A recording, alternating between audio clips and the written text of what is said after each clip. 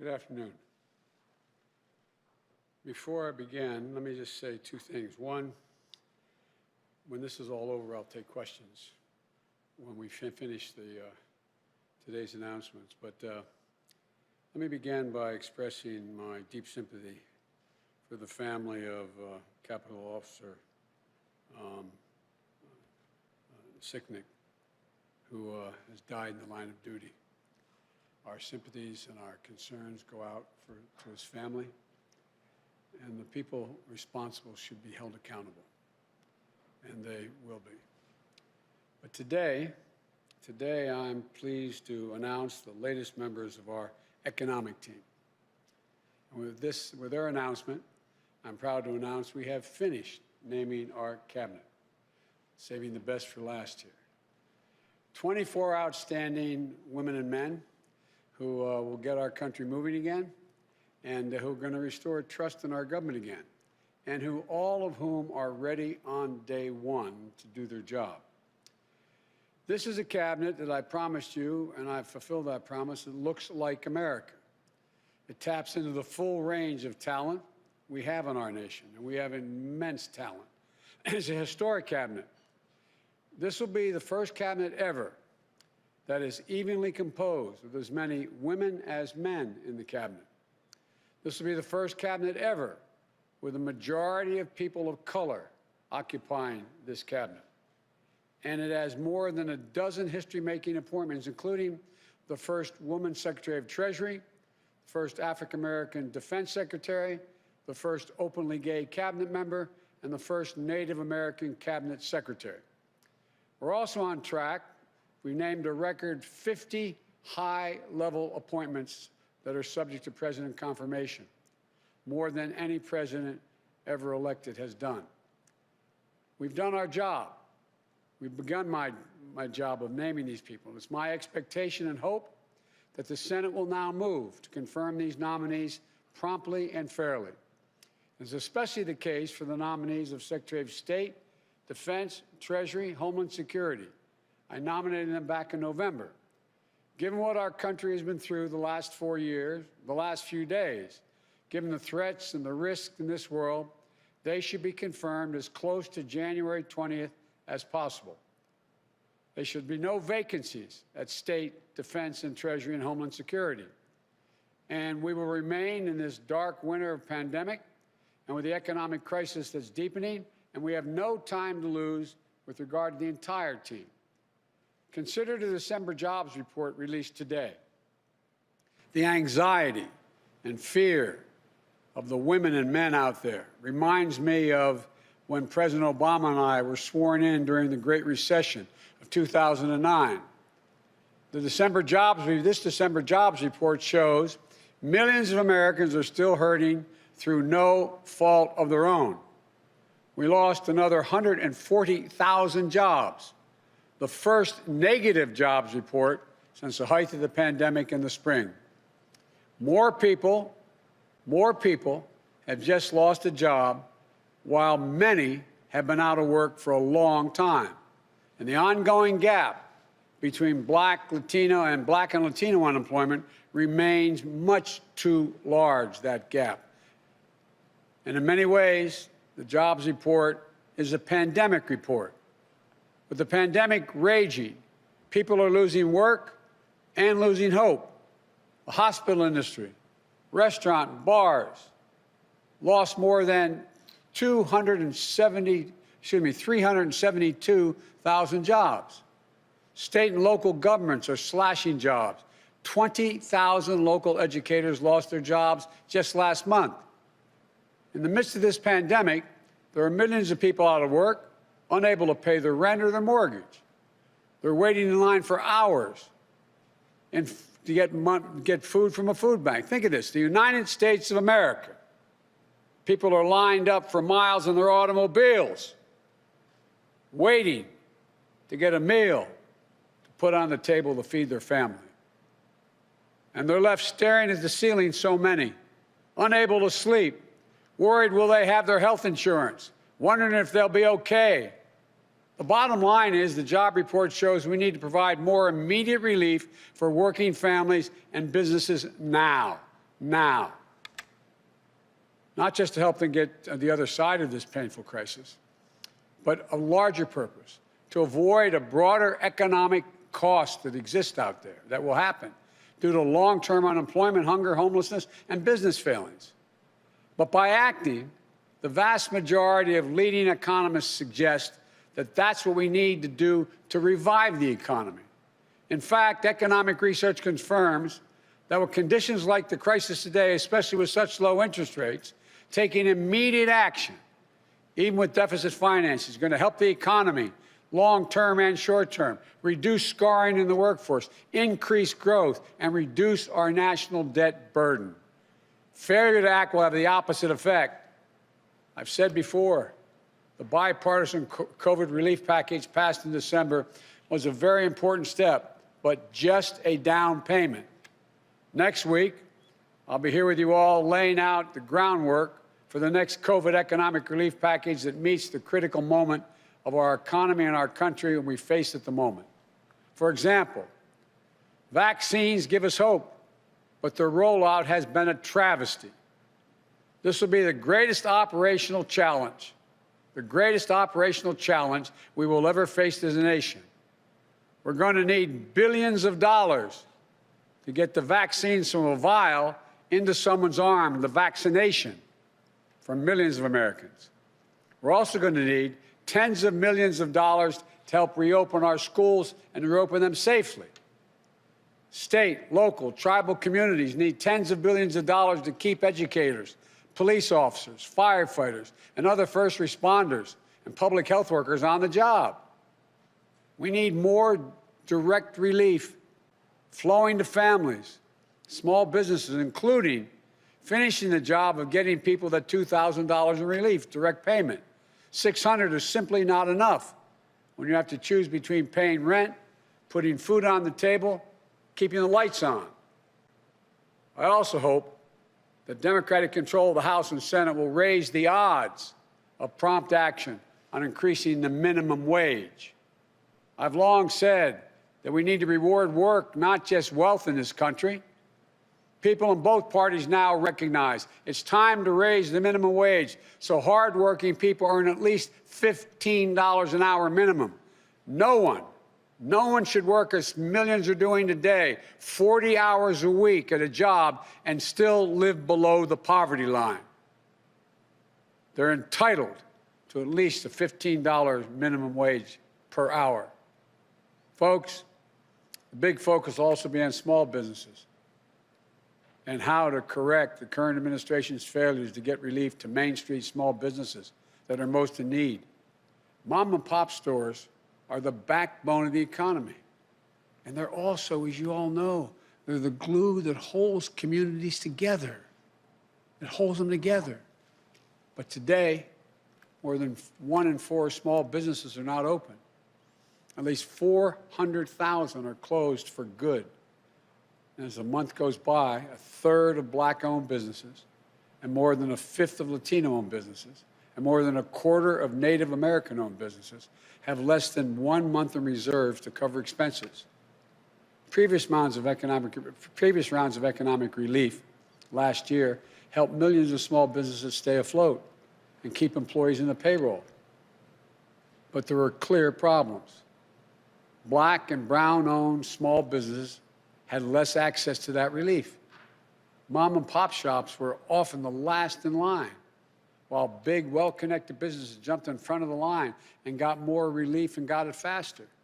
And at every turn, this administration, the Trump administration, has undermined accountability for every tax dollar spent, weakening oversight, firing inspector generals. So it's no surprise an independent watchdog found that tens of thousands of ineligible companies receive relief they should not have, including from fraud and abuse, siphoning off support for their very small businesses that that need it so badly. But the good news is that the relief package passed last month provides additional aid to small business and workers. But as I said from the beginning, the need to make sure that relief and future relief reaches everyone who needs it, we need to do more. These relief dollars will start to flow quickly, potentially while the current administration is still in office. And they may send out money that they won't have any control over. But for what we have to control, need control over, I want to be very clear what my priorities are for distributing this emergency aid swiftly and equitably. Our focus will be on small businesses on Main Street that aren't wealthy and well-connected, that are facing real economic hardships through no fault of their own. Our priority will be Black, Latino, Asian, and Native American-owned small businesses, women-owned businesses, and finally, having equal access to resources needed to reopen and rebuild. But we're going to make a concerted effort to help small businesses in low-income communities, in big cities, small towns, rural communities that have faced systemic barriers to relief.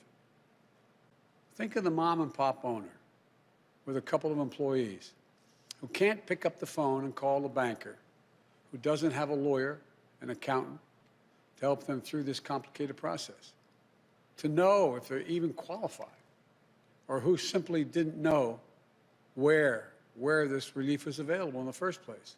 We went through this, Don, when we brought Detroit back off its knees. And as we saw in this morning's job report, restaurants, bars, and hospitality industry have been slammed by this virus.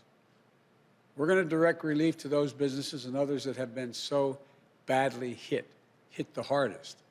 We owe them that support to help them get through the other side of this crisis. And I promise you, we will investigate and prosecute waste and fraud in these programs so that money goes to the companies that deserve it, and we'll use it to help their employees and their communities. When my president, President Obama, asked me to implement the Recovery Act, along with Don, who helped me a great deal, we invested more than $800 billion in our economy to help recover, rebuild, and less than 2/3 of 1% waste, fraud, or abuse occurred. We know how to do this. We know how important predictability and clarity are to small businesses. From day one, this administration worked to ensure that small businesses and financial institutions in every community understand the rules for these programs, the resources available to them, where they can turn for technical assistance if they need it. We will have navigators who help guide them through each step of this process until the money they need is in their bank account. And to the lenders participating in these programs, you should move quickly, without delay, to begin extending relief.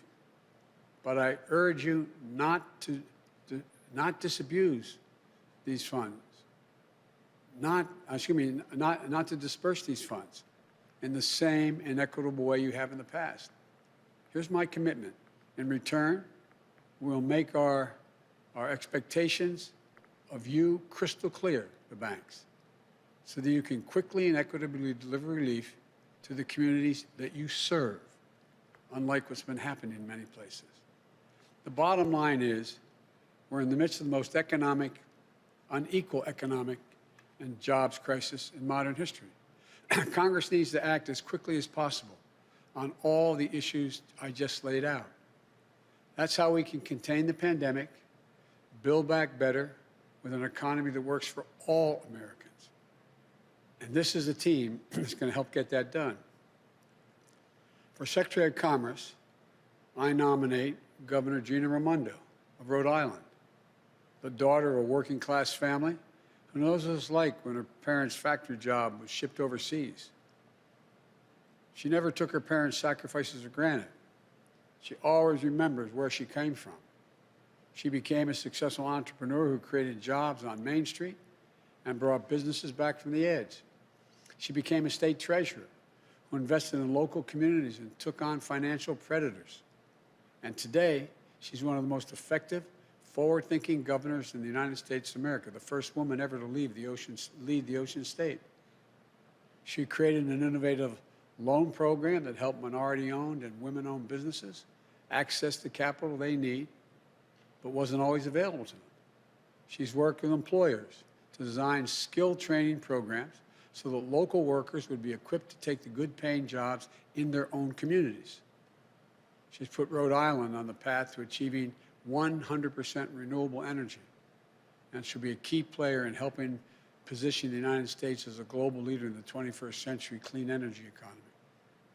And she knows what her fellow governors, Democrats and Republicans alike, are dealing with on the front lines of the pandemic and economic crisis they're facing, and how we can all partner together as one nation to contain COVID-19 to build back better. I'm honored, Governor, you're willing to join the administration, and we're really looking forward to working with you.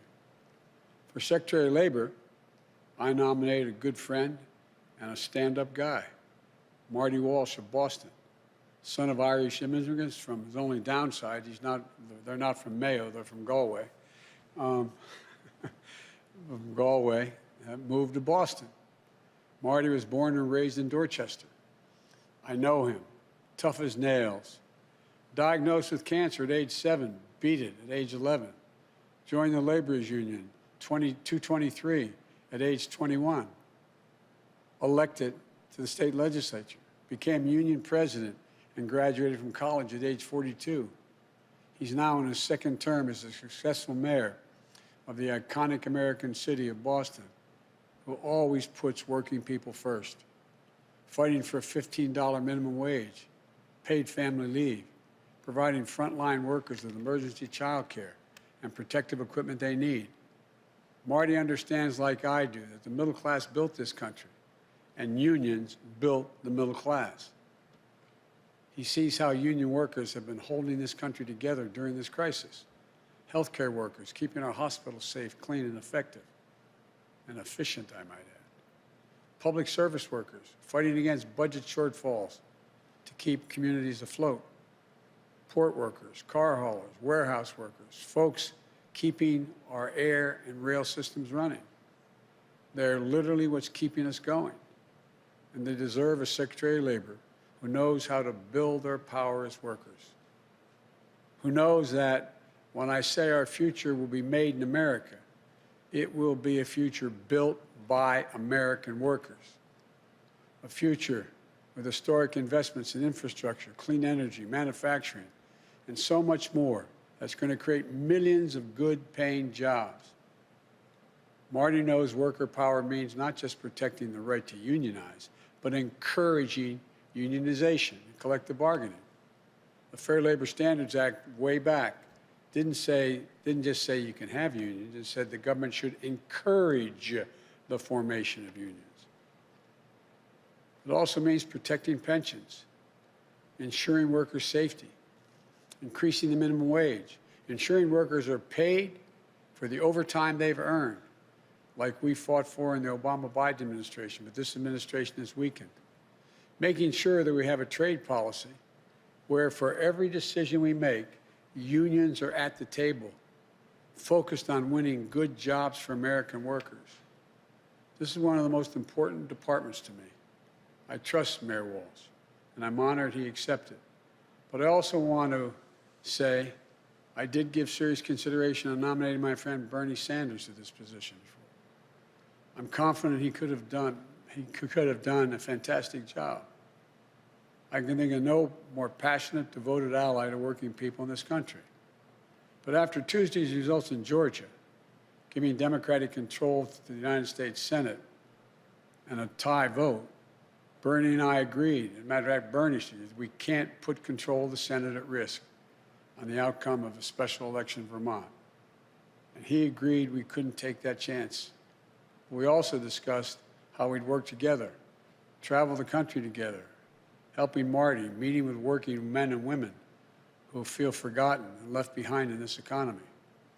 We agreed that we'll work closely on our shared agenda of increasing worker power and to protect the dignity of work for all working people. I want to thank Bernie for his continued friendship and leadership. I look forward to us working together, along with Marty. And he thinks I made a good choice. For Administrator of the Small Business Administration, I nominate Isabel Guzman. Isabel grew up in California, working alongside her dad in a small veterinary business that he built. She devoted an early understanding and developed an early understanding of what small business means to their employees and to the neighborhood they support, and to the families whose dreams they represent. She dedicated her career to creating jobs, to supporting entrepreneurs as a senior official on the Obama-Biden Small Business Administration. As director of California's Office of Small Business and a small business advocate, she worked tirelessly to ensure that everyone with an entrepreneurial spark had a fair and equal shot at getting off the ground and succeeding. The Biden-Harris administration will be locked in on helping small businesses recover, rebuild, and remain the engines of our economic strength. And as head of the SBA, Isabel will be leading a critical mission, not only to rescue small business in crisis, but to provide the capital to entrepreneurs across the country so they can innovate, create jobs, and help lead us into recovery. I'm grateful that she accepted the call to serve in Washington. For Deputy Commerce Secretary, I nominate, and I have to admit to you, a good, loyal, and great friend, Don Graves. Don is a long-time and trusted advisor. He was there at the Treasury Department during the depths of the Great Recession, helping small businesses weather the storm and stay afloat.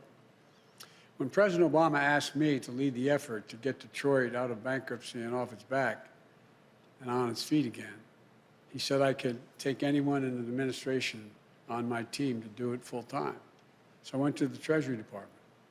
I tasked Don to come over and work for me and work on it full time. It was the best decision I ever made in that effort. I'm not sure how he thinks about that, but I think it was the best decision I've ever made. And did a great job working with the city officials, state officials, on its road to recovery. And by the way, it's the little things. It's getting to know what's happening on the ground. Remember how we went through the issue about the number of buses and lights, street lights and the like. It gets down to the nitty-gritty of what has to be done.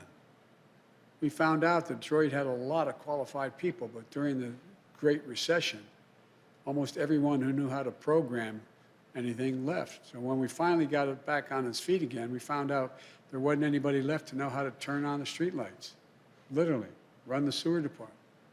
So we went out and we got an outfit to come in, and we said, find us some high-tech people. They came back, what was it, 53, 55 people. They all happened to be women. Most were minority. None had more than a high school degree, and a quarter of them only had a GED. And I remember even our very liberal friends, we told them we were doing this, they said, oh, I'm not going to be able to do this. Well, guess what? In a 14-week program, they were taught how to program. They were taught how to do it all. They ended up putting the city back on its feet. Every one of them left after that time because we went to the graduation. The lowest starting salary, if my recollection is correct, was $49,000. The highest, $104,000. Point is, give people a chance. Americans can do anything given a shot. It also helped me lead our national strategy to equip workers with the skills they need for good paying jobs in the 21st century in healthcare, IT, clean energy, advanced manufacturing, and so much more. He was there to help me launch the National Cancer Moonshot and marshal the full resources of the federal government to help end cancer as we know it. A cancer survivor himself, diagnosed and treated while he was working on this for me.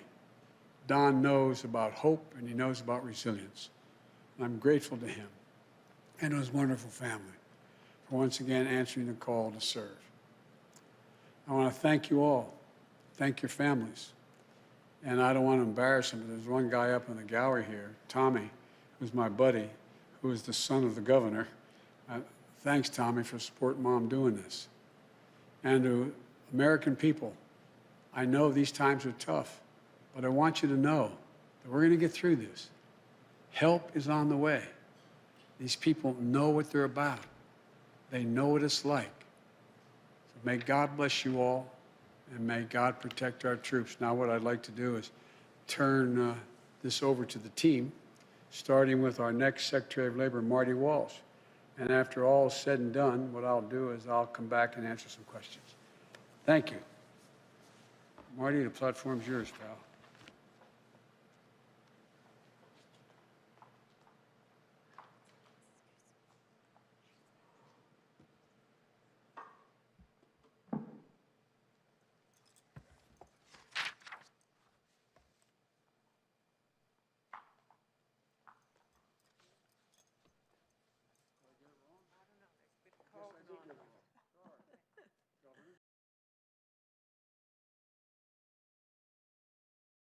mic on.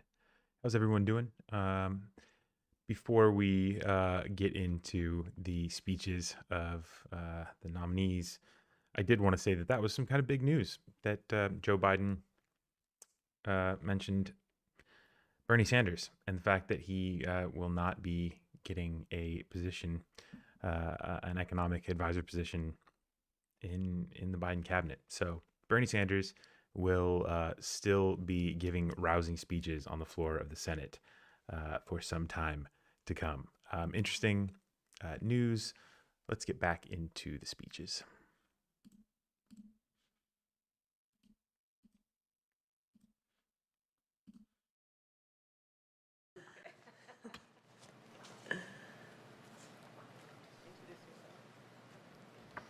Thank you. Good afternoon. Good afternoon. Mr. President-elect, Madam Vice President-elect, thank you for this chance to work for the American people. I want to begin by thanking my amazing family, my wonderful husband, Andy, my daughter, Cece, my son, Tommy, who's here in the balcony. Thank you for your endless love and support. We'll do this as a family. The mission of the Commerce Department is a very simple one: to help spur good-paying jobs, to empower entrepreneurs to innovate and grow, to come together with working families and American businesses to create new opportunities for all of us. It's a simple but vital mission. It's the same mission that's driven my own life and the path of my family across generations. My grandfather was 14 years old when he came to this country. He got on a boat by himself at 14 years old from Italy. He came to America in search of new possibilities. He taught himself English late at night in the Providence Public Library. The library was open late at night. He started a family, and the first chapter of our family's new American story. And my father was the son of another Italian immigrant, a butcher who helped found the Meat Cutters Union in Rhode Island, which is now the UFCW local in Rhode Island. And after serving in the Navy and going to college on the GI Bill, my father went to work in manufacturing, spending most of his career at the Bulliver Watch Factory in Providence. Now, I was the youngest of 3 kids, and there were 6 of us, including my grandfather, all in a small house, sharing one bathroom. Now, we didn't have a lot, but we had everything that we needed. Until one day, my dad came home and he said the factory was going to close. The jobs were going overseas. And so after 28 years of dedicated work, he was pushed unceremoniously into early retirement in his mid-50s. I have to tell you, it was a very difficult time for my family. And like so many American families across this country today, we had to cut back to make it through. But my mom kept our family together, and we did get through. And I went on to college, and I started to chase my own dream of starting a business and creating jobs for hardworking people. Because I knew exactly what those jobs would mean. What those jobs would mean for families who had fallen on hard times, for communities where the factory had shut down, and for a state that needed a shot in the arm to get back on its feet. When I announced my run for governor, Rhode Island was in the midst of an 8-month streak as the state with the highest unemployment rate in the nation.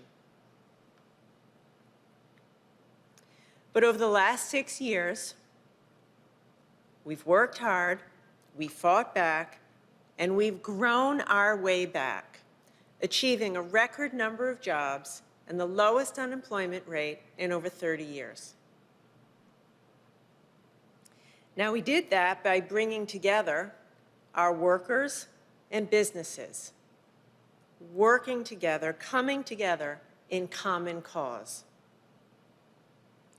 We invested in our people, in their skills, their opportunities, and their dreams.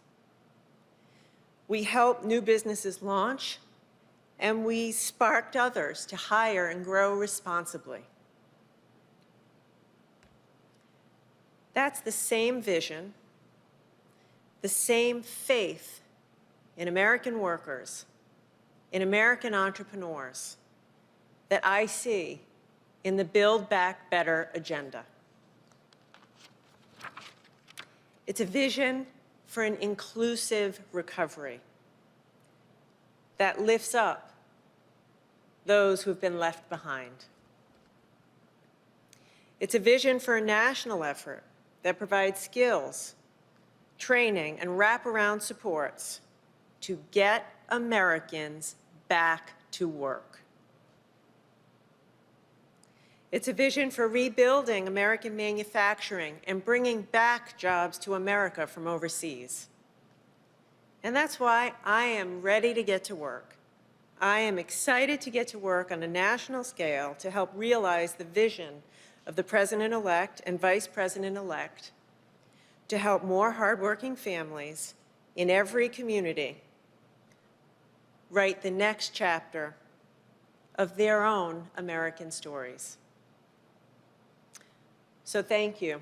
Thank you for this opportunity to serve the American people.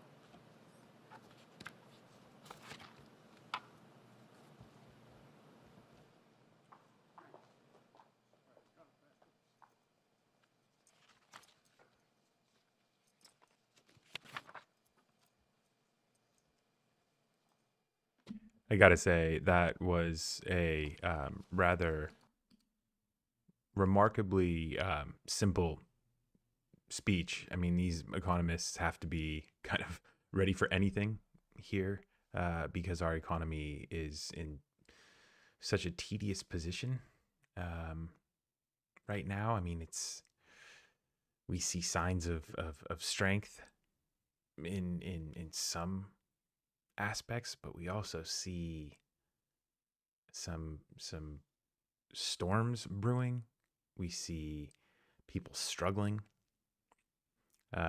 This pandemic is wreaking havoc on the lower tier of our society, which, I mean, that's getting that number, right? It's growing bigger and bigger every day. Economy's growing more disparate. It's the gap between the wealthiest and the haves and the have-nots, right, is growing bigger because those have-nots are growing in number. And you know, you come into this inflection point in our political system. You know, what can we really expect these people to say, right? So before I think people are critical of her,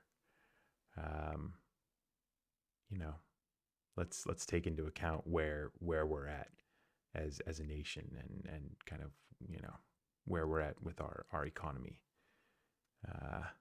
We're close to rocks, let's just say, right? Biden's captain of the ship, and we're hugging the coast.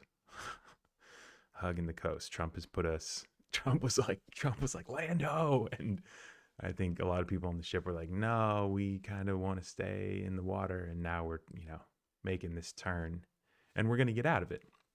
We're going to get out of it, but it's going to be close, right? So these economists just have to say, stuff like, "Hey, man, I want to bring jobs back, right? And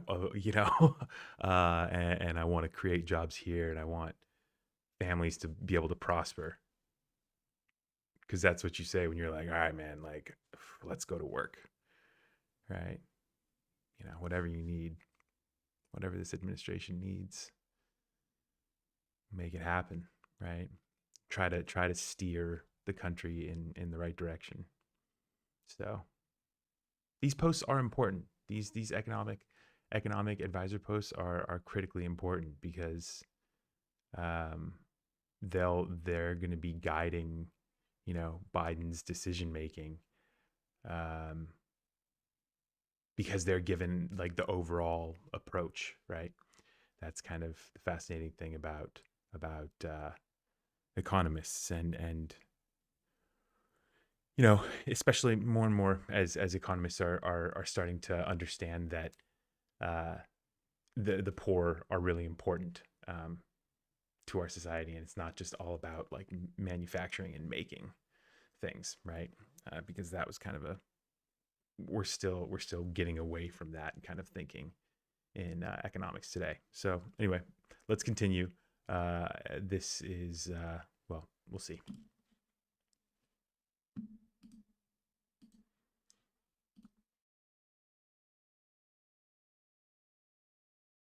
To serve the American people. The word labor means everything to me. As you mentioned earlier, thank you, Governor Raimondo, and I look forward to working with you in my role as well. Mr. President-elect, Madam President, Vice President-elect, I want to thank you for the opportunity to serve the American people. The word labor means everything to me. As you mentioned earlier, Mr. President-elect, my mother and father came to this country as immigrants from Galway, which is in Ireland, but from a part of Galway called Connemara. They brought with them their willing hands, their honest hearts, and hopes for the American dream. But all they needed, because my father joined the laborers union in Boston, was that opportunity. And that's why my parents were able to raise my brother, John, and myself with dignity and security in the multi-ethnic, multi-racial, working-class neighborhood of Dorchester in the city of Boston. I followed my father into that union. I learned what it took to turn an honest day's work into an honest day's pay. I saw what fighting for good jobs, good benefits, a safe workplace does for the lives of hardworking men and women and their families. And I fought for working people every single day of my life since then. Today, we're at a crossroads in America. It's a time of great hardship. Working people are holding the country together right now. I've seen it up close as mayor of the city that I love, Boston. Healthcare workers, first responders, grocery store workers, delivery drivers, postal workers, sanitation workers, custodians, coming through for us under impossible conditions. But this isn't just because of the COVID crisis or the economic crisis that threatens their well-being. Working people have been struggling for a long time under the erosion of their rights and the deep inequalities of race, gender, and class. For the last 4 years, they've been under assault, attacks on their rights, their livelihoods, and the unions that built the middle class. We are facing hard times, but nobody's tougher than the American worker. And now we have the opportunity to put power back in the hands of working people all across this country. And that is a good thing for our economy and for our country. We can defend workers' rights. We can strengthen collective bargaining. We can grow union membership. We can create millions of good-paying jobs with investments in infrastructure, clean energy, and in high-tech manufacturing, along with the workforce training to help get those people into those good jobs. This team, the Biden-Harris team, has the plans to make this happen. Mr. President-elect, we spent many memorable days together in my hometown at a rally to support grocery store workers fighting for their rights, at my inauguration as mayor, and on a day that I will never forget, at the Boston Marathon Memorial, where you lifted up our whole city's spirits. So I know that from Dorchester to Scranton, Wilmington to West Virginia, and all across this great nation, Your home and your heart are with the working people. I look forward to working with you to deliver good jobs with dignity, security, prosperity, and purpose to all American families. And I look forward to working with this entire administration, shoulder to shoulder, with American workers to build back our country better. Thank you once again for this incredible honor. May God bless the American worker, and may God bless the United States of America.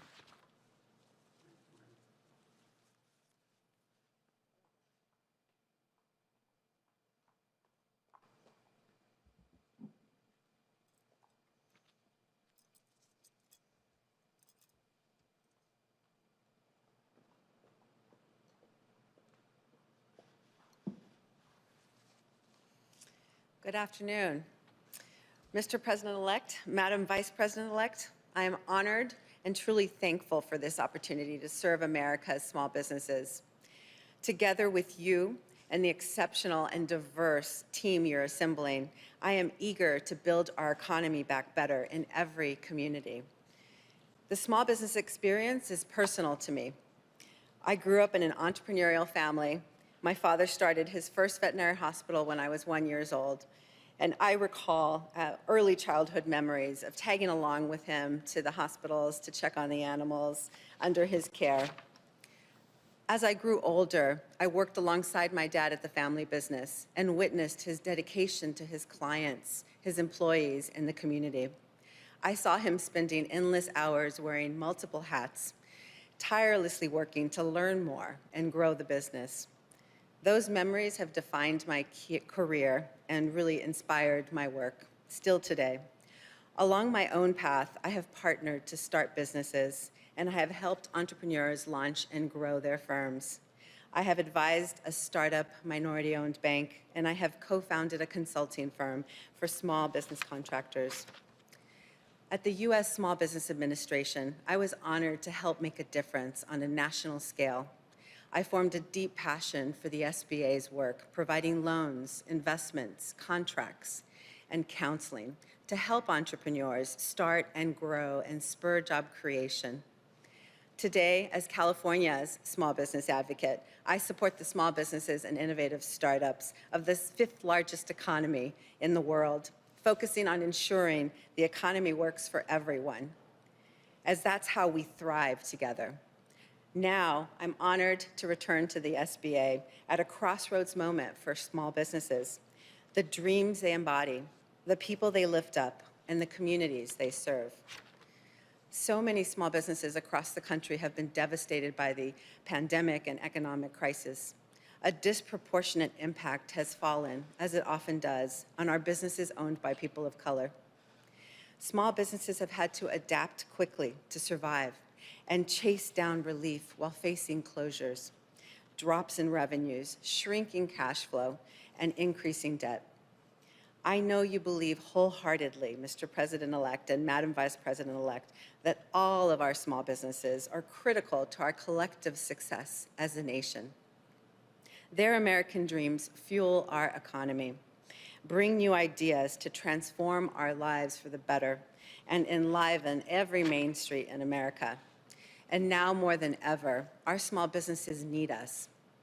I share your commitment to help strengthen the many small business owners who have seen their dreams and their livelihoods impacted by COVID-19. And to create opportunities and instill greater equity in all of the new startups that will lead us to recovery. I am excited to get to work with the incredible mission-driven civil servants at the SBA to help America's small business owners build better futures for their families and their communities. And I am grateful for this opportunity to serve. Thank you so much.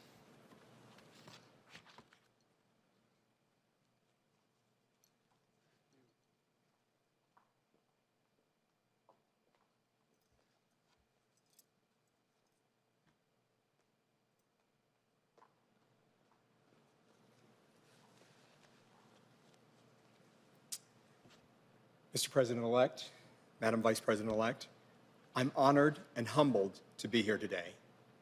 I first want to thank my family for giving me permission to once again serve the American public. I've spent my career in government, the private sector, and nonprofits, finding ways to ensure that economic opportunity is inclusive and broad-based. And as it is for all of us in our own ways, it's personal. I come from a long line of small business owners, including one who owned and operated the only African-American-owned hotel in the mid to late 1800s, just 4 short blocks from where the Commerce Department sits today. But for too many people in this country, the chance to start and grow a business, to take their idea into market and sell all over the world remains elusive all these years later. But we also know that government, its resources, and its experienced and capable civil servants can help level the playing field and empower people, communities, and our economy to reach their full potential. Mr. President-elect, I saw it firsthand when you and President Obama prevented another Great Depression and helped us recover, rebuild, and put us on the way to resurgence. I saw it in Detroit, where we were able to provide the partnership to help residents, businesses, and leaders get their city back on the feet again. And as we traveled the country, meeting with local leaders, labor unions, business leaders, and educators, I saw how you brought people together to ensure American workers were equipped and matched with the skills for jobs in their own communities that also strengthened the economic competitiveness of our nation. Above all, you showed me how to do it the right way, to understand that service isn't about those who serve, but the people we serve. To spend the extra time to really understand what they're going through, and to know they aren't looking for us to solve everything, but to understand and help make their lives better. I felt that most through the Cancer Moonshot you launched, deeply personal to both our families. And that gave the American people a renewed sense of hope in what we can do as a nation. With Governor Raimondo, Mayor Walsh, Isabel, and the entire economic team, we will govern by that high standard that you and the Vice President-elect continue to show, to revive the economy through the pandemic and build it back better, to advance racial equity across the board, and to meet the existential threat of climate change with American jobs and ingenuity. With your leadership, I know this administration will provide the American people the support they need to thrive and the opportunity to turn their hopes into lives of dignity and the respect they deserve. Thank you again for the opportunity to serve.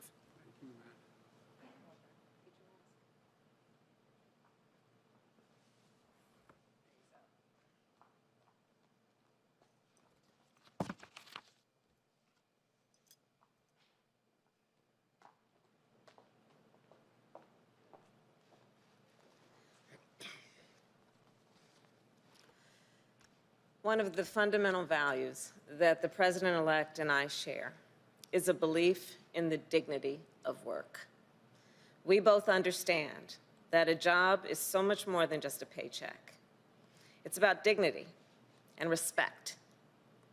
Joe learned that lesson from his father, and I learned it from my mother. My mother taught me, in her words and in her actions, that no matter how you earn a living, whether you're a caregiver or a truck driver, a grocery store clerk, or a small business owner, every job has inherent value and worth. And every worker, everywhere, has a right to earn a living wage, work in safe and healthy conditions, and pursue a better life for themselves and their family. We also know that right now, the dignity of an honest day's work and the financial stability of a steady income are out of reach for millions of Americans. The December jobs report makes that very clear. Food banks, as the President-elect has said, are being strained, trying to feed people who've had to worry for the first time in their lives about where they can find their next meal. Essential workers, like the nurses Joe and I called over the holidays, continue to risk their own health and the health of their families for all of us. Small business owners, from restaurants to barbershops to dry cleaners, they're hurting. And let's be clear, those who run America's small businesses, they're not just business leaders, they are civic leaders. They are community leaders. They're the ones who sponsor the Little League team and scholarships for local kids and all kinds of local causes and activities. They're the ones who are role models in their communities. And we've got to do right by them. So first and foremost, as the president-elect has said, we will provide more immediate relief. We must, for working families and businesses now. And even as we address our immediate crises, even as we work to contain this pandemic and open our economy responsibly, we must also do what President-elect Biden and I have pledged to do. We must build our economy back better so that it lifts up everyone, no matter what you do for a living or where you live, whether it's in a small town, a big city, or anywhere in between. And that means providing access to capital for small business owners, the economic engines of our neighborhoods, so that they can create the jobs that are in our communities and help our communities thrive. It means making sure we're equipping workers with the skills they need for the jobs of the future, and making sure our entrepreneurs and businesses continue to out-innovate and out-compete the rest of the world. And it means protecting and expanding workers' rights by fighting for a higher minimum wage and paid leave, safe and healthy workplaces, and stronger unions. From working with unions as San Francisco's district attorney to helping author the Domestic Workers' Bill of Rights in the United States Senate, I can tell you from personal experience that whether it's the apprenticeships of the building trades or the caregiving skills of home health care workers, this is some of the most important work being done in our country. The president-elect and I know that, and so does this team we are announcing today. These are leaders, and I've worked with many of them, who together with the rest of our economic team will help create millions of good-paying union jobs and build an economy that is stronger and fairer for working people. They are seasoned public servants with track records of not only standing up for workers and unions, but creating and spurring innovation and creating opportunities for small business owners. And like President-elect Biden and I, they will fight to honor the dignity of work. The president-elect and I share a vision of America where opportunity is within reach for all the people, where everyone can see a better and a brighter future for themselves and for their children. With the leadership of these public servants and our entire economic team, we will get to work building that America less than 2 weeks from today. Thank you so very much, Mr. President-elect. Thank you.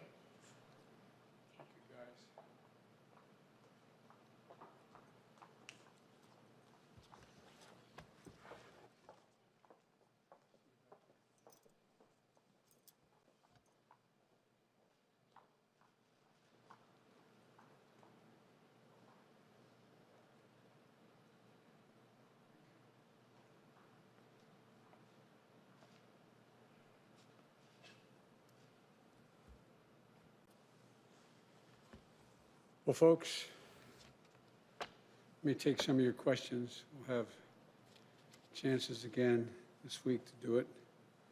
But let me yield, and you tell me who we're talking to.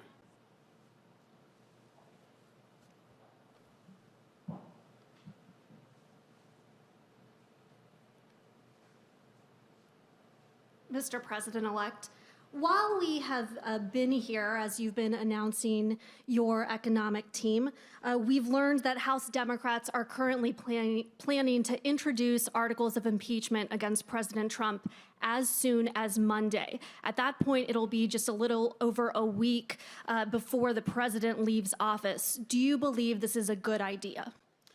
Look, I've thought for a long, long time that President Trump wasn't fit to hold the job. That's why I ran. And my job now, in 12 days, God willing, I'll be President of the United States of America. And I'm focused on the urgency of three immediate concerns. One, the virus, getting it under control, getting the vaccine from a vial into people's arms. I think the way it's being done now has been very, very sad. Number two, we've had 4,000 deaths, 4,000 deaths yesterday, and things continue to rise, to escalate. That's my number one concern, to get the virus under control. We lost over 125,000 jobs this last month, and people are really, really, really in desperate shape. And so I'm focused on the virus, the vaccine, and economic growth. What the Congress decides to do is for them to decide. But I'm going to have to, and they're going to have to be ready to hit the ground running, because when Kamala and I are sworn in, we're going to be introducing immediately significant pieces of legislation to deal with the virus, deal with the economy, and deal with economic growth. So we're going to do our job, and the Congress can decide how to proceed with theirs. But if a Democratic member of Congress were to call and ask for your advice about whether they should proceed with this, what would you tell them? I tell them that's a decision for the Congress to make. I'm focused on my job. And did you speak with House Speaker Nancy Pelosi before this decision was made, or is that conversation that's still going to happen? I'll be speaking with Nancy and the Democratic leadership this afternoon, as a matter of fact, about my agenda, as well as whatever they want to talk to me about. Okay, thanks.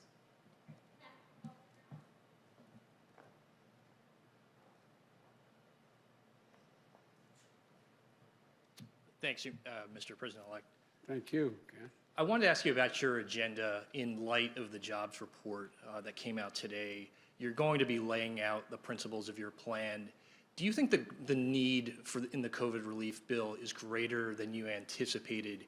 And what is the price tag that you're looking at? I've been told it could be in the $2 to $3 trillion range. And then as it relates to the payments, you've talked about the need for $2,000 checks. Do you want to see that in a Senate standalone bill as a way to speed up the process? Or do you think those direct cash payments should be part of the package that you're going to be proposing? Well, we're going to be proposing an entire package. And parts of that package are of equal consequence to people. Unemployment insurance, being able to continue with rent forbearance, the whole range of issues. So that's number one. We think that they all have to be dealt with. The price tag will be high. But as I said, made scant reference to in my opening comments, the overwhelming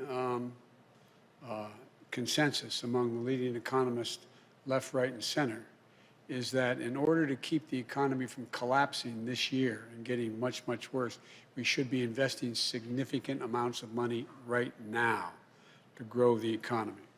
And that's a pretty wide consensus. And as you know, Moody's had done an analysis of what I originally had been talking about and said that it was necessary to keep the economy from going down.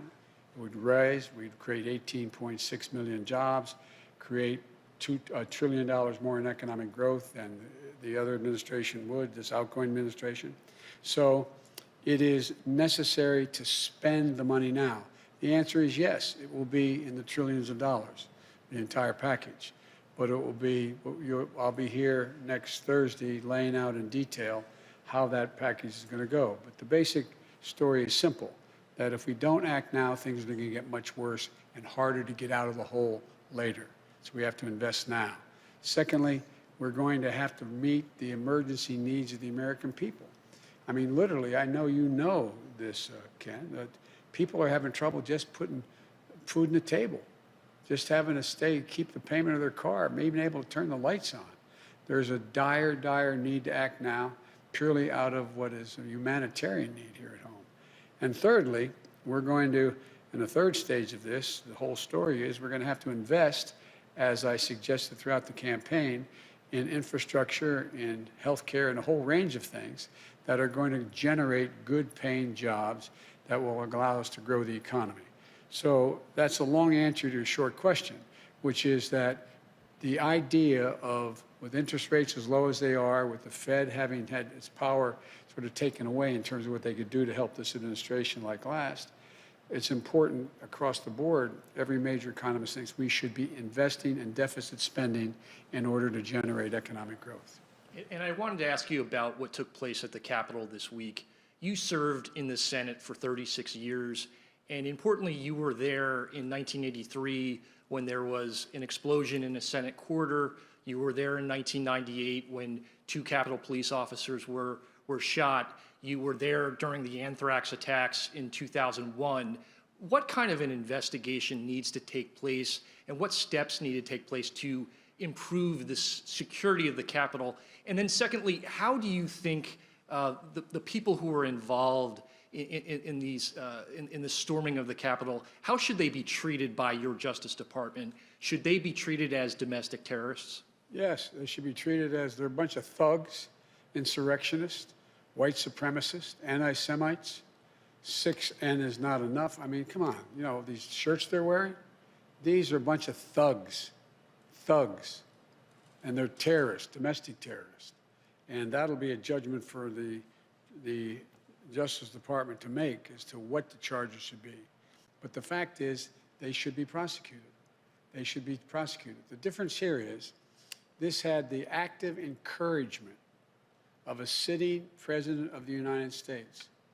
And the way in which the breakdown in security occurred needs to be thoroughly investigated. I'm not going to prejudge what it was, but the idea that these people were able to just march up the stairs, march in, and do it in the way we had, there's a great debate. I don't know the answer. Great debate now. Was the governor of Maryland correct when he said that I was ready to send in the National Guard? I couldn't get authorization. What happened? It deserves a full-blown investigation. People be held accountable, and steps taken that something like this could never happen again.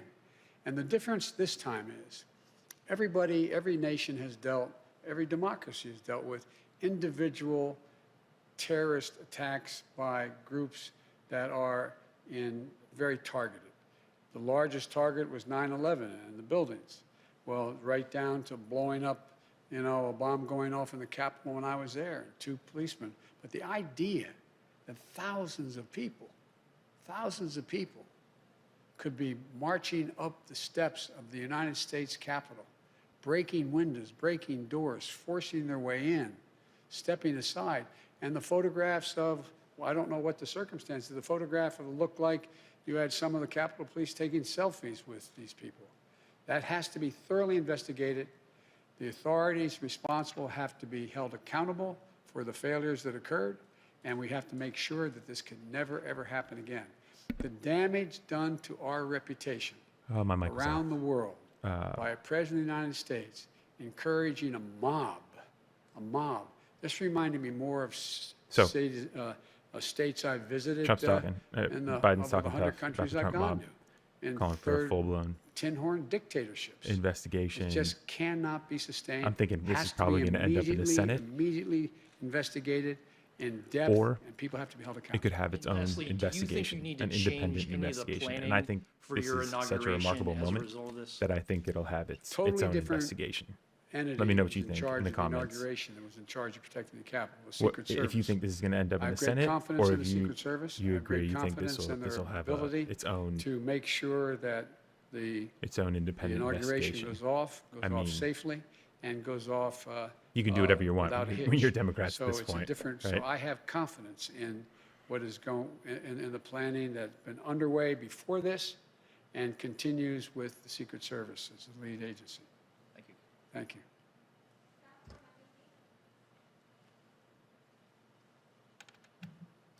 President-elect Biden, Vice President-elect Harris, good to see you both. I want to pick up on something that you just said about President Trump actively encouraging the insurrection at the Capitol. Given the perceived threat that he poses, my question to you is not so much about the role that Congress should play in impeachment, but rather, should President Trump, in your estimation, remain in office? I didn't think, look, I've been saying for now well over a year. He is not fit to serve. He is not fit to serve. He's one of the most incompetent presidents in the history of the United States of America. And so the idea that I think he shouldn't be out of office yesterday is not the issue. The question is, what happens with 14 days left to go or 13 days left to go? And I think that what 81 million people stood up and said, it's time for him to go. And the United States Senate voted 93-6 to confirm that we should be sworn in. We were duly elected. So I think it's important we get on with the business of getting him out of office. The quickest way that that will happen is us being sworn in on the 20th. What action happens before or after that is a judgment for the Congress to make, but that's what I am looking forward to, him leaving office. I was told that on the way up here, way over here, that he indicated he wasn't going to show up at the inauguration. One of the few things he and I have ever agreed on. It's a good thing I'm not showing up. Earlier, you'd said that if you'd hope that he would show up only in the sense that it was valuable to send a signal to the world about the transfer of power. You've clearly changed your perspective on that. Because he has clearly demonstrated, he's exceeded even my worst notions about him. He's been an embarrassment to the country, embarrassed us around the world, not worthy to hold that office. If we were 6 months out, we should be moving everything to get him out of office, impeaching him again, trying to invoke the 25th Amendment, whatever it took to get him out of office. But I am focused now on us taking control as president and vice president on the 20th and to get our agenda moving as quickly as we can. Thank you. Another question about holding public officials to account, and this is about an issue that's no longer a headline but is no less significant and serious, and it's about the more than 600 children who were orphaned under the Trump administration as a result of the family separation policy along the border. During the campaign, you said that practice was criminal. Will you commit to making sure that the Trump administration officials responsible for that policy will be held to account?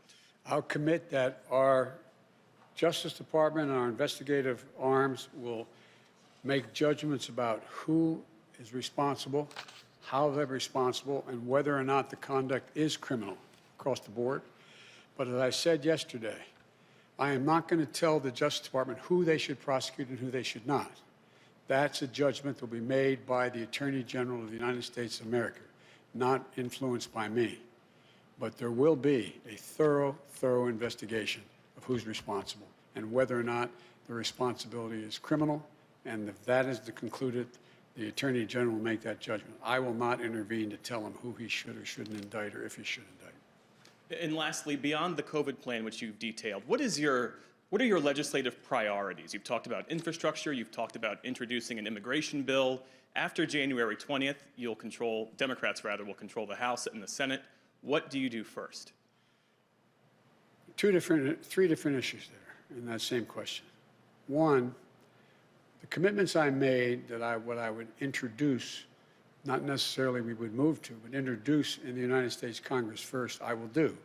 I will introduce an immigration bill immediately and have it sent to the appropriate committees to begin movement.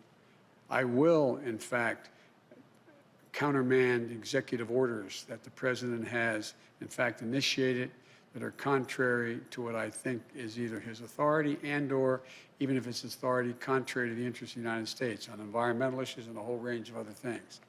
And thirdly, I will immediately move, though, to the most urgent need of asking the Congress to give me the financial wherewithal to deal with the virus, to be able to move so that we have Operation Warp Speed really working.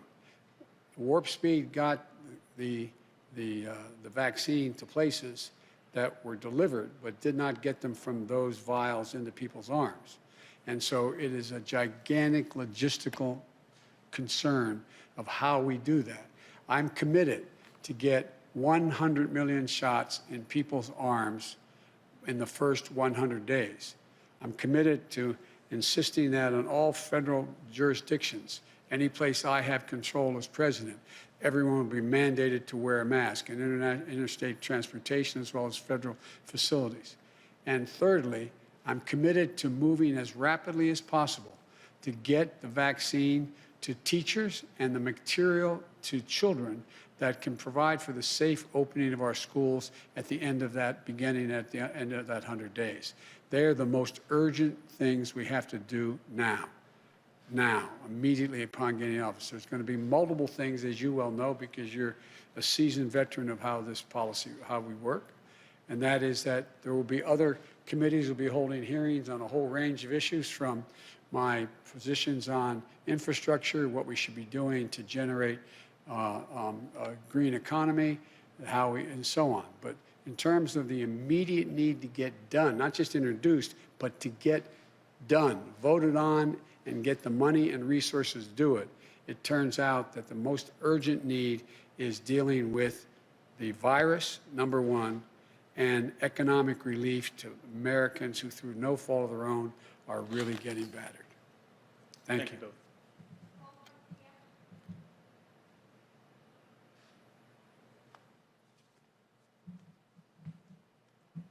Thank you, Mr. President-elect and Madam Vice President-elect. I want to follow up with respect to what you just said about the inauguration and that it's a good thing that the president is not coming. But what about the Vice President, Mike Pence? He's welcome. I think it's important that as much as we can stick to what have been the historical precedents of how, in the circumstance in which an administration changes, should be maintained. And so if the Vice President is welcome to come, we'd be honored to have him there and to move forward in the transition. Have you spoken to him at all? No, I haven't.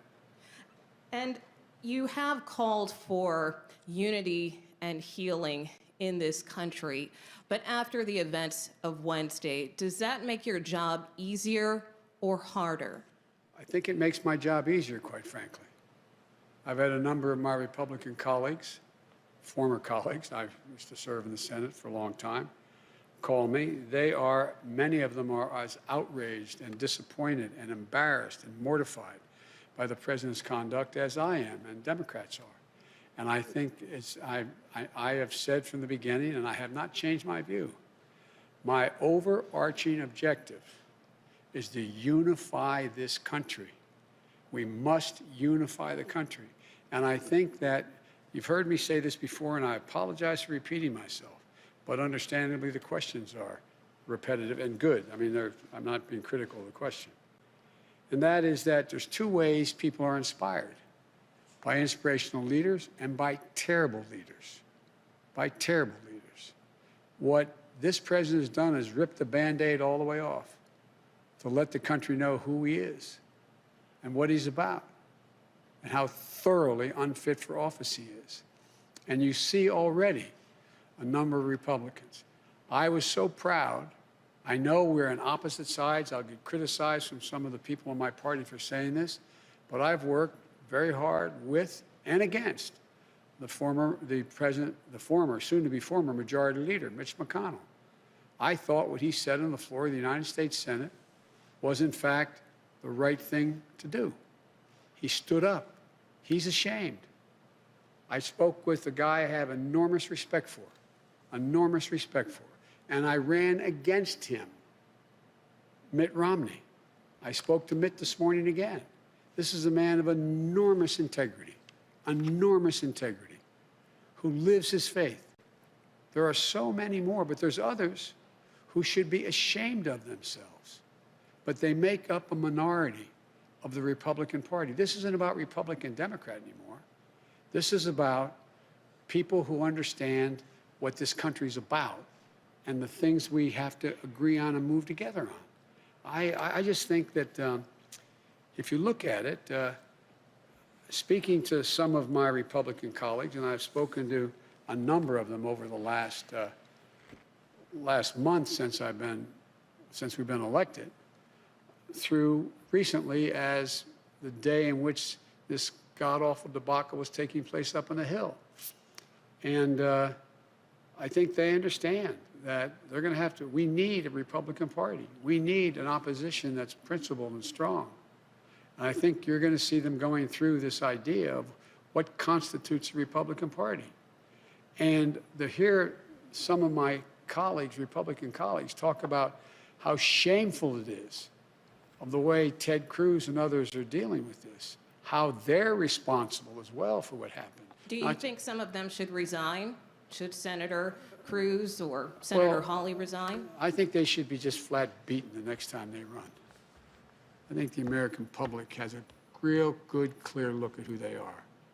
They're part of the big lie. The big lie. I was being reminded by a friend of mine, and maybe you were with me, I can't recall, when we were told that, you know, Goebbels and the great lie, you keep repeating the lie, repeating the lie. Well, there was a print that when Dresden was bombed, firebombed, there were 250 people that were killed, or was it 2,500 people were killed? And Goebbels said, no, 25,000 or 250,000 were killed. And our papers printed that. Our papers printed it. It's the big lie. People will know. It's one thing for one man, one woman, to repeat the lie over and over and over again. By the way, Trump said that before he ran. If you say it enough, I'm going to convince you. I'll say it enough. The press is bad, the press is bad, the press is bad, the press is bad. If he's the only one saying it, that's one thing. But the acolytes that follow him, like Cruz and others, they are as responsible as he is. And so it's not about whether or not they get impeached. It's about whether or not they can continue to hold power because of the disgust the American people have for their actions. There are decent people out there who actually believe these lies because they've heard it again and again. I was with a friend of mine who's a medical doctor telling me that his neighbor said to him, he lives in another state, his neighbor's a good person, said, but you know, doc, this is true. There's a lot of chicanery that went on in this election. He said, tell me what? Well, I just know there was. They say it is. They say it is. This is a human condition. You say it and say it and say it and say it. The degree to which it becomes corrosive is in direct proportion to the number of people who say it. And so it's interesting to me, and I was pleased to hear some of the more prominent Republicans say to me that the Ted Cruzes of the world are as responsible in terms of people believing the lies as, not as responsible, but similarly responsible like Trump. But they didn't say, go to the Capitol, I'll be with you, follow. That's a different story. Thank you. Thank you. Thank you all very, very much. Appreciate it. Thank you.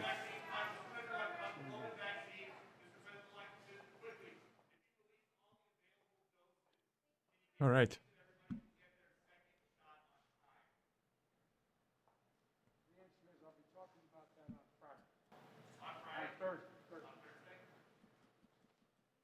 Talking about that on Thursday. Okay, so he'll have some COVID announcement next week. Audio sounds like that's, yeah, there we go. Great. Well, that was an interesting little briefing there. That was interesting. I really liked there were parts that I really liked, and there were also parts that were not so good.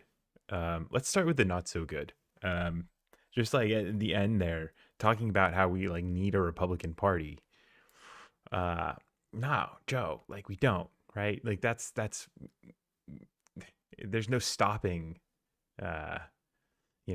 the parties from evolving and doing, what they're going to do. These things are enormous. And especially with the Republican Party, like there's leaders pushing in every which way, right, to move that party. It's gonna go where it's gonna go. And I mean, I think a lot of us who are watching from the outside, I don't think we really want that party to stick around, you know? Like, when was the Republican Party ever on really like stable ground here, Joe? Like, look what it's turned into. Because it's always been a really messed up party, right? A really messed up party. Like, its basis is, its morals, its principles are not, geared for the interconnected world that we live in. And like, that's an issue. So no, Joe, I don't think we need the Republican Party, is what I'm saying. Like, if the Republican Party, didn't exist, they would be able to find their way. I mean, I think they would be able to find their way. They're going to have to be able to find their way into into democratic circles, right? I mean, how much longer can this Republican Party last? Is really the question. I mean, I'm fascinated. What do you guys say? What do you guys say? How long is this going to last? Because it's not looking good, right? This is not looking good at all. I mean, that's why we have Joe Biden, right? Because I think a lot of us are like, all right, like the Republican Party, everyone's talking about how Donald Trump has his back up against the wall right now, right? In the last 2 weeks of his administration, right? Because he's lost power. Like, Republicans have kind of been that way for a while, right? But that time span is kind of, stretched out. So so you have Nancy Pelosi coming out, right? Saying that she's afraid that Donald Trump is going to like use nuclear weapons, right? Which is like a huge event. If Donald Trump were to use a nuclear weapon, that to me is like Donald Trump being elected by Republicans in Republicans' whole in their time of having their backs against the wall, right? That's their crazy move at the end. Because Republicans have had their backs against the wall just like Trump has had his back against the wall, right? So, yeah, that's what this is. Trump was the Republican Party lashing out, and now we have to sit back and watch like, oh my God, can Trump launch a nuclear weapon? Ay, ay, ay. So Pelosi, I've been watching Pelosi's Twitter feed, and I haven't heard anything about. She hasn't made any official statement on Trump and the nukes. I think that was a WAPO story. Let's see here if we can find it.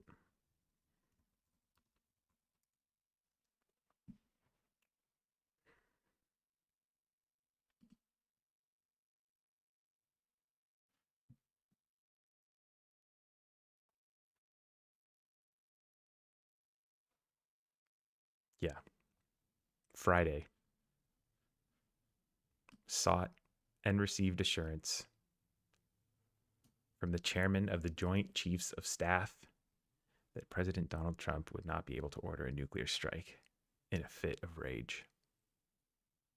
Cool. Good. So this goes back to what we were talking about earlier.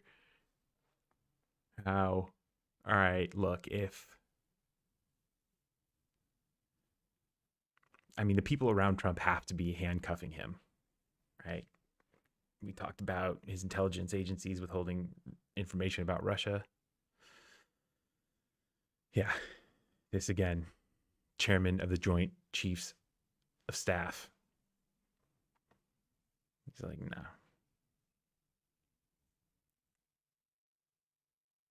Yeah, that guy is like the president's go-between to like the top brass across the military, right? Coast Guard, Marines, Navy, Yeah. Wow. Okay. How are you guys doing in? Okay, we're talking about nukes in the chat here. You guys are going at it. Interesting. Okay, we are going to get something playing here. There was a. Let's check in on this live stream with Fauci. There's a reason homeowners and Ralph Northam.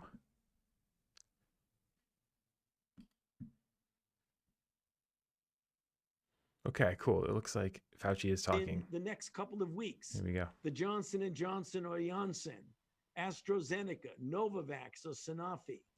The one that is out there now that we're vaccinating people with is the messenger RNA vaccine approach. People ask, mRNA, is this going to interfere with my genes? Absolutely not. What it is, it's an mRNA, which is a genetic component that codes for or instructs the body to make certain proteins. And in this case, the protein is that spike protein that you want the body to make an immune response against. So you inject someone with that in a very safe way. The body starts pumping out these proteins. Your immune system recognizes the protein, and you make a very nice immune response.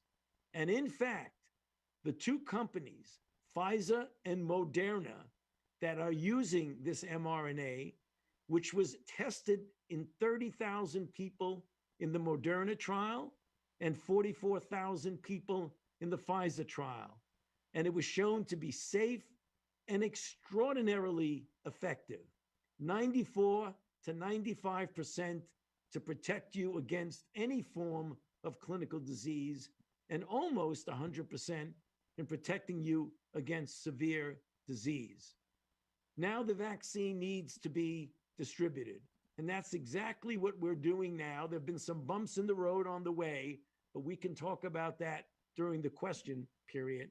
But the distribution is according to priorities. The phase one by healthcare personnel and those in long-term care facilities, namely nursing homes.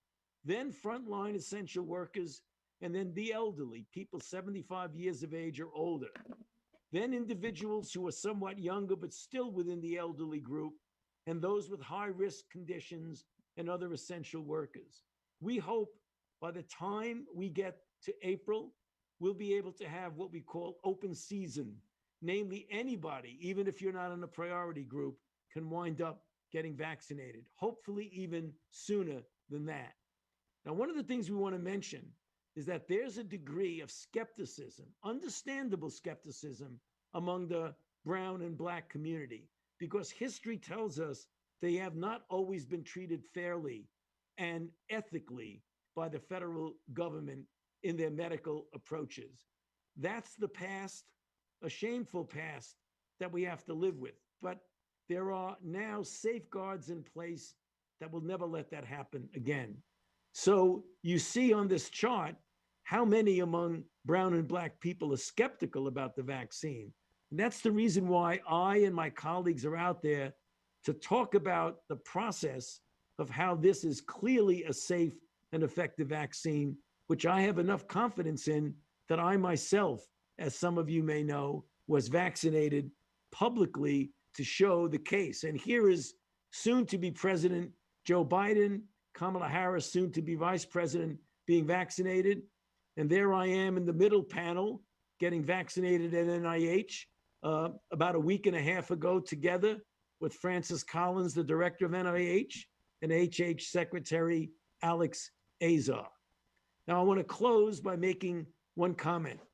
We want you all to get vaccinated for your own protection, for that of your family, and for your community.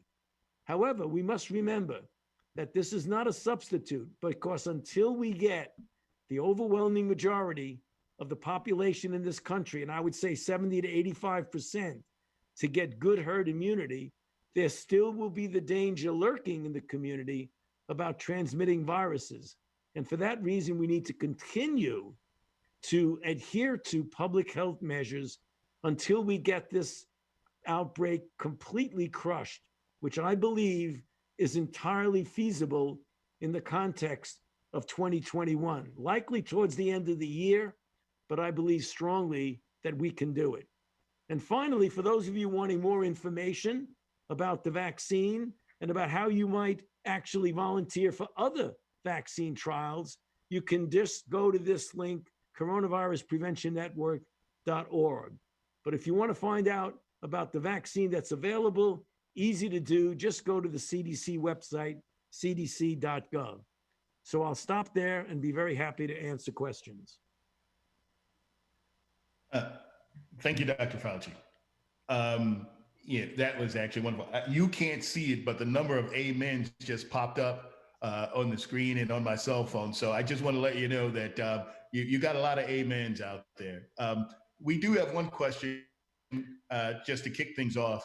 And this question is really directed at you specifically. It says, how are you taking care of yourself, given that you've been under unremitting stress for the past 12 months? It says, do you need a couple prayers? Well, I tell you, I need a lot of prayers. So if you got some to spare, send them on my behalf, please. No, actually, this has been an extraordinary year. I really, literally, without hyperbole, haven't had a day off since last January. So it's been a year, but it's important. I don't mean anybody to feel sorry for me. It's an important thing. We have so much at stake, which the health and the life and the safety of the American public, that until we get this really under control, then I'm not going to rest, and I promise you that. What I do is I try as best as I can to get, I don't get enough rest, but I exercise. So I think running has been my savior. I'm a former marathon runner, a former 10K runner. So right now I use that to relieve the stress of this job. But I wouldn't mind some prayers along the way. So please go ahead and do it. Thank you, sir.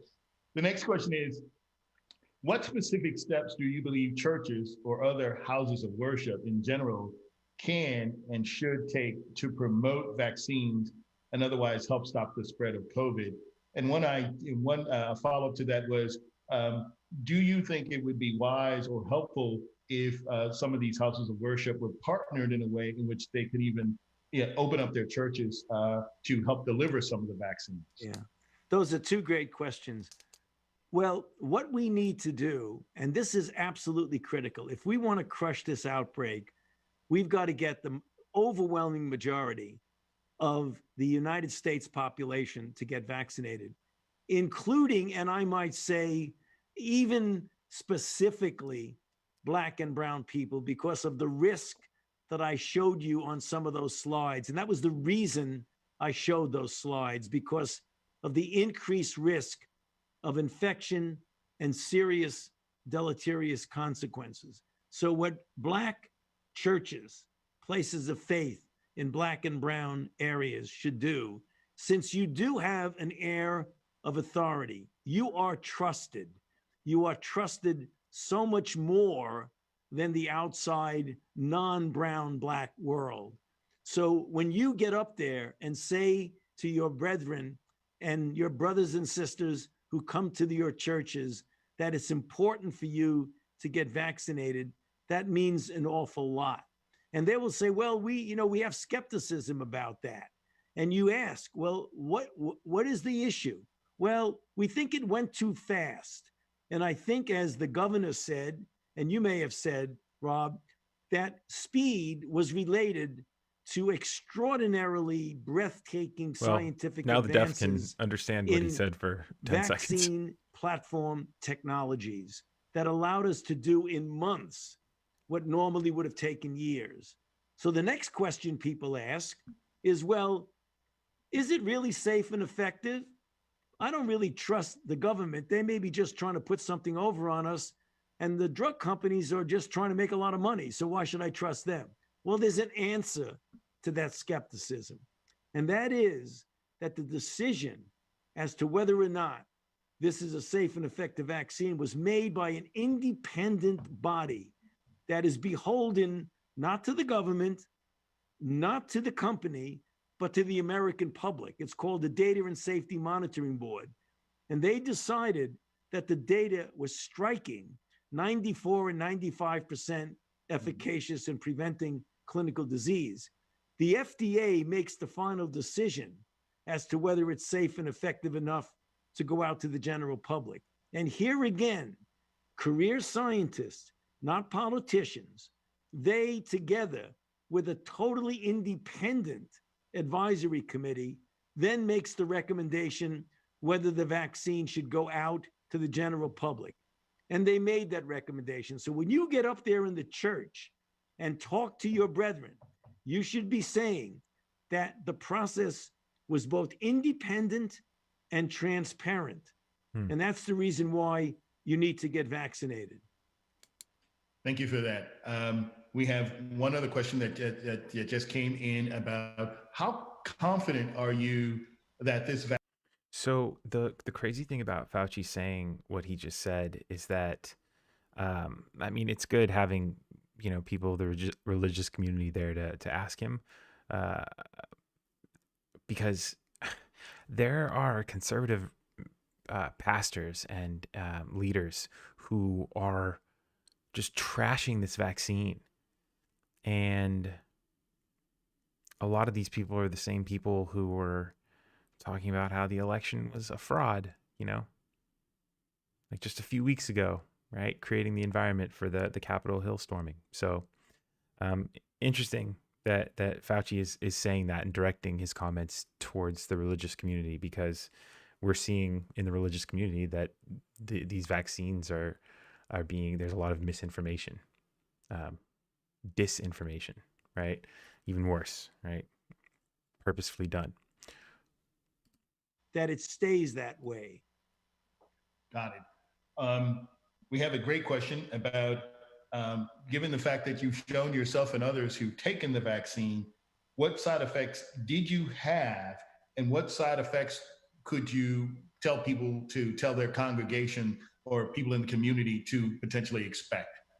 Okay, so the side effects of the vaccine in the first dose are generally mild and the typical kind of side effects you get when you get a flu shot or any other of the shots that you get.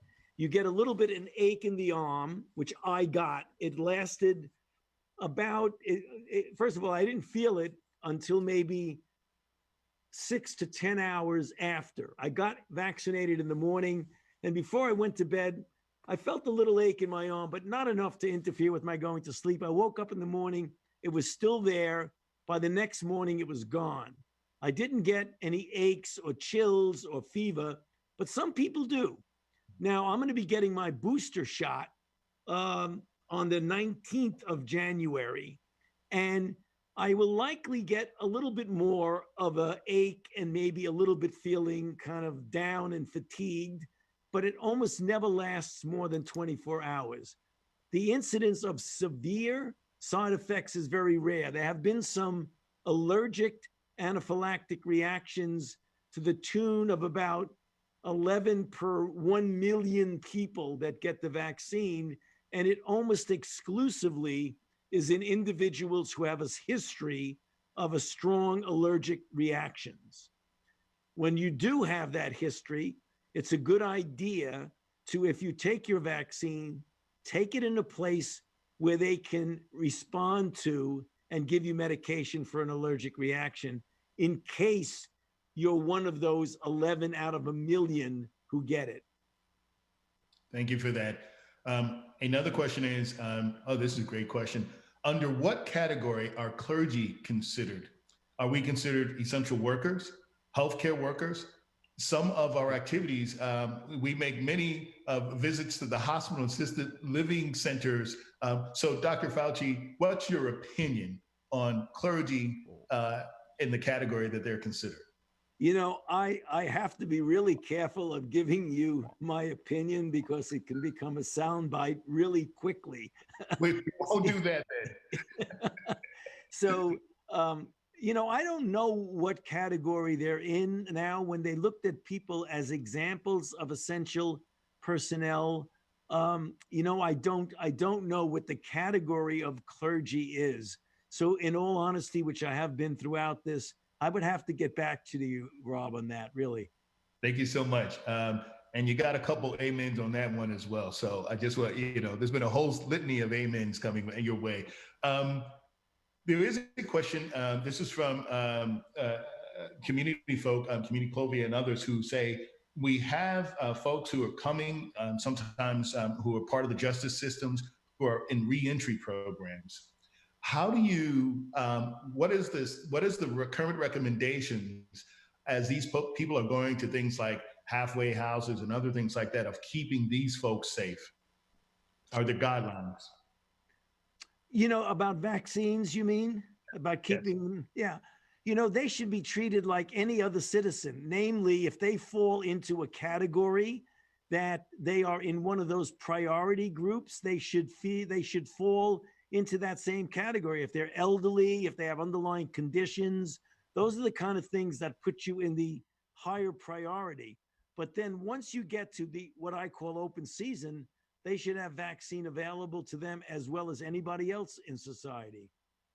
Got it. Thank you. We just got a bunch of text that sort of says that we should order a state full of masks, nation full of masks that says Team Fauci.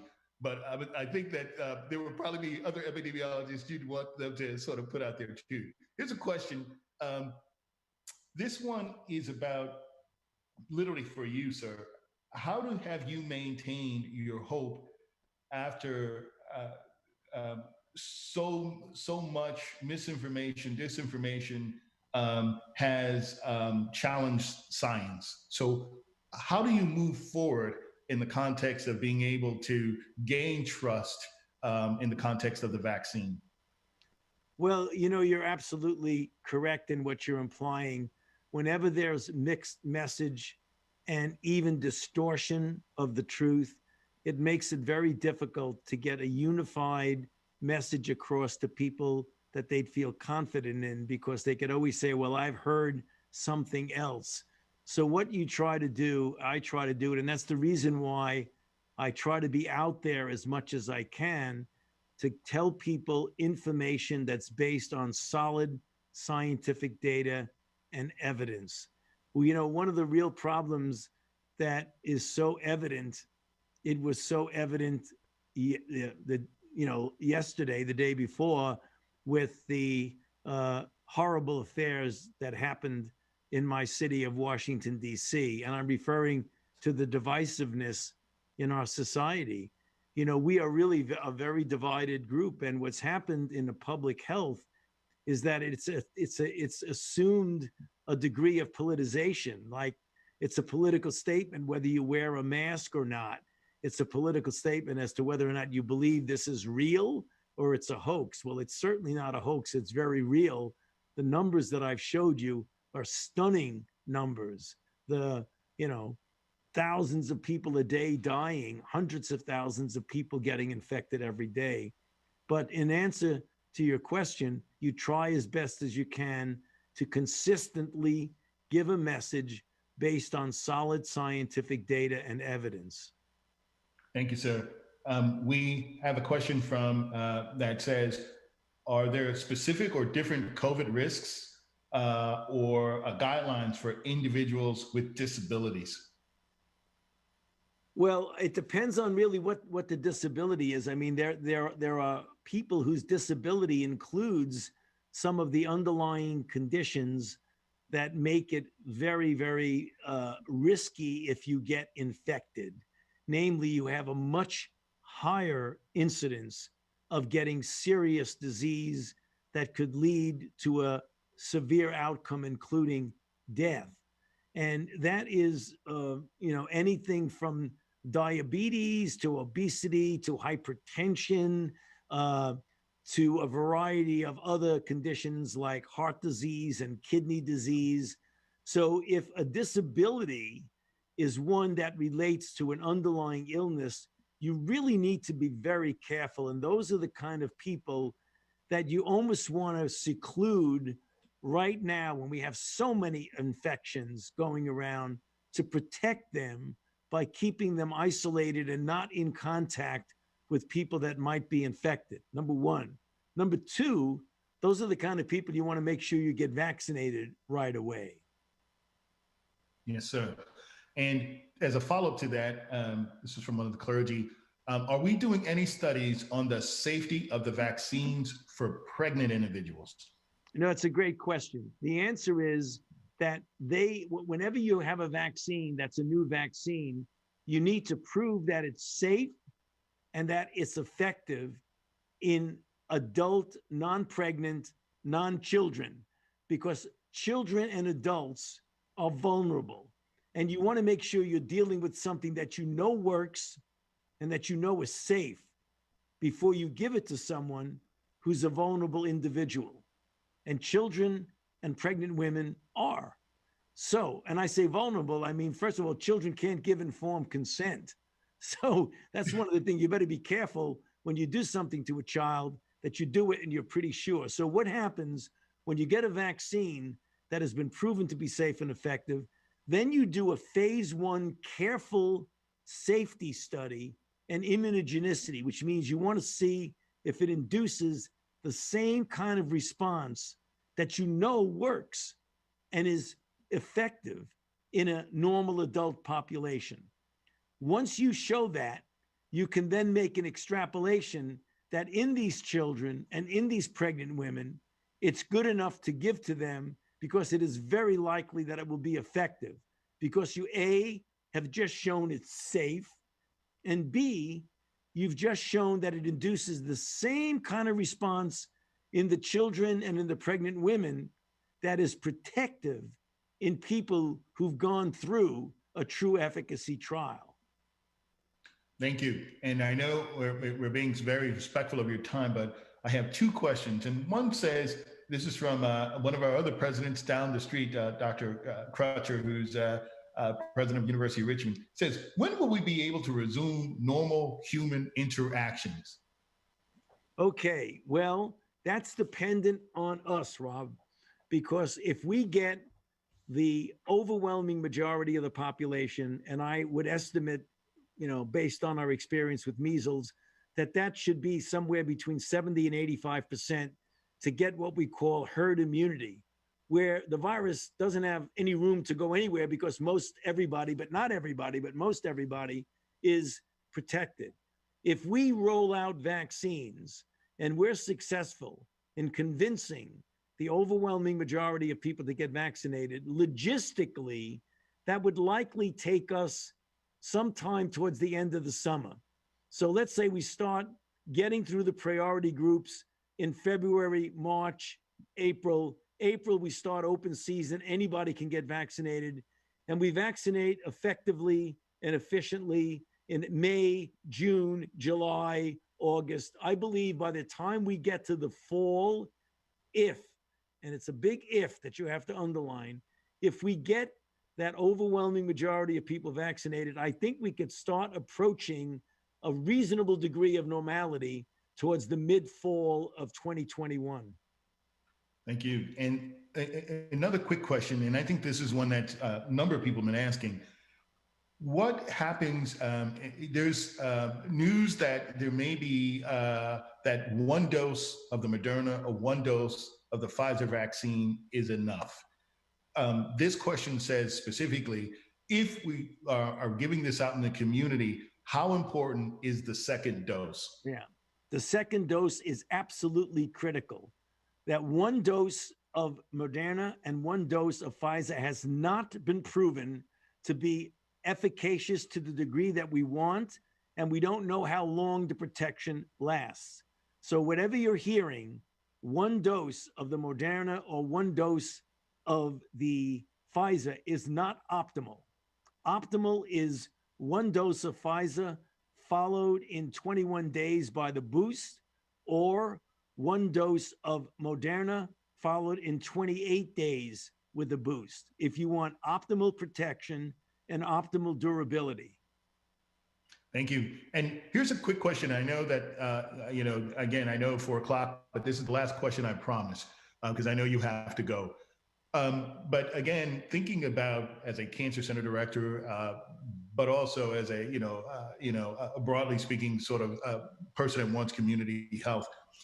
What advice or what impact do you see COVID having on other diseases? For example, cancer, cardiovascular disease, these other things. Are you, from your vantage point, have you are looking at, or are you seeing the other negative potential impacts that COVID's having on those, or yet that's the question?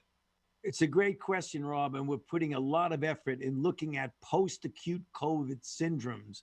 In other words, what happens to people who have persistence of symptoms?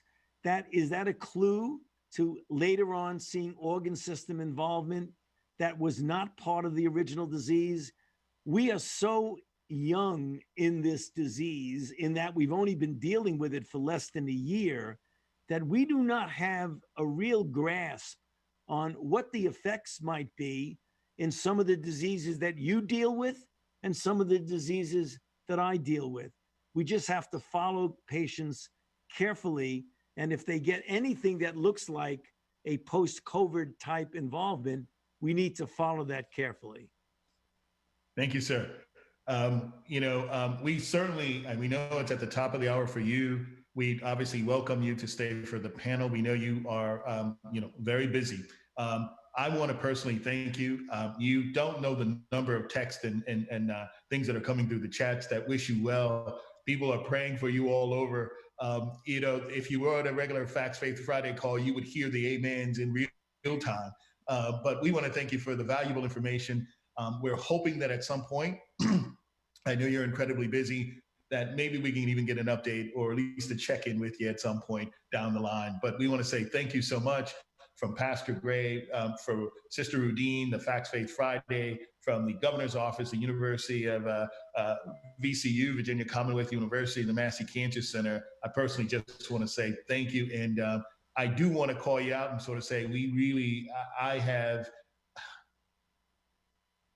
had the honor of recognizing that someone in my lifetime, when we talk about integrity, I talk to young residents, young faculty about integrity.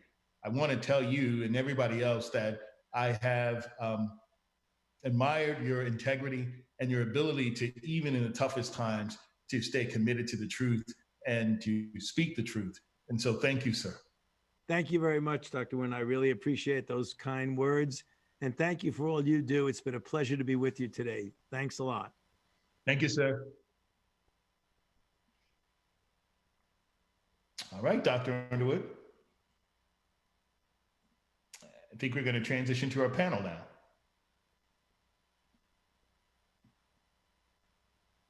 Yes, indeed. Good afternoon, everyone, and thank you again to Dr. Fauci and Dr. Wynn for